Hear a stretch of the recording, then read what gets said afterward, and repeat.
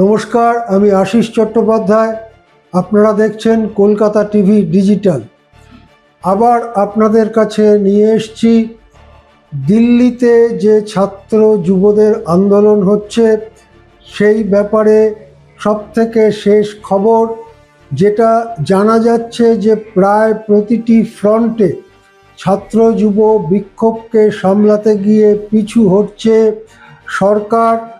সরকার চেষ্টা করছে কোনো রকমে একটা আলোচনা করে এই জিনিসটাকে ধামাচাপা দিতে, বা জিনিসটার মধ্যে যে জোর রয়েছে সেই জোরটাকে, শক্তিটাকে বের করে নিতে।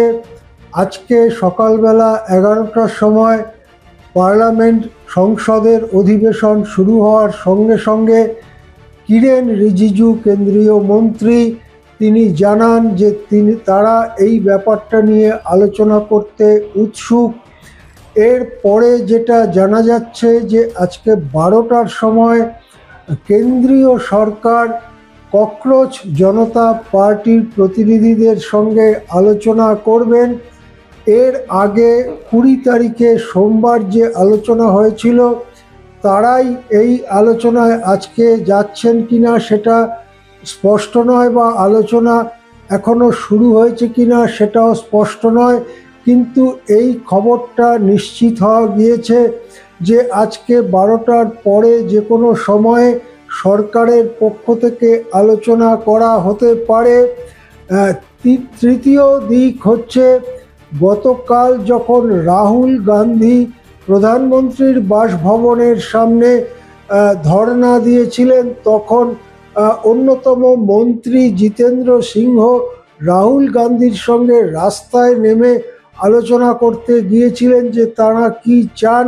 পরে অবশ্য সে ঘটনা অন্যরকম মোড় নেয়, যখন বল প্রয়োগ করে রাহুল গান্ধী, প্রিয়াঙ্কা সহ কংগ্রেসের নেতাদের গ্রেপ্তার বা আটক করা হয়। কিন্তু জিতেন্দ্র সিংহ মন্ত্রী, তিনি গিয়েছিলেন রাহুল গান্ধীর সঙ্গে আলোচনা করতে। এছাড়াও পিছু হটার অন্যান্য লক্ষণও স্পষ্ট হয়ে উঠছে। যেমন গতকাল রাত 12টার পরে যে মেদান্ত হাসপাতালে সোনম ওয়াংচুক ভর্তি আছেন, সেই হাসপাতালে পৌঁছে যান কেন্দ্রীয় স্বাস্থ্যমন্ত্রী, বর্ষিয়ান নেতা জগৎ প্রকাশ নাড্ডা এবং অন্যতম প্রতিমন্ত্রী জিতেন্দ্র সিংহ। তারা সোনম ওয়াংচুকের সঙ্গে কথাবার্তা বলেন। সম্ভবত সেই কথাবার্তার পরেই আজকে দুপুরবেলা যে বৈঠক, সেই বৈঠকের সিদ্ধান্ত হয়েছে। সেই বৈঠক হয়তো শুরু হয়েছে, এখনো কোনো খবর সেখান থেকে বেরিয়ে আসেনি, কিন্তু আমরা আশা করছি খুব শিগগিরই খবর পাওয়া যাবে।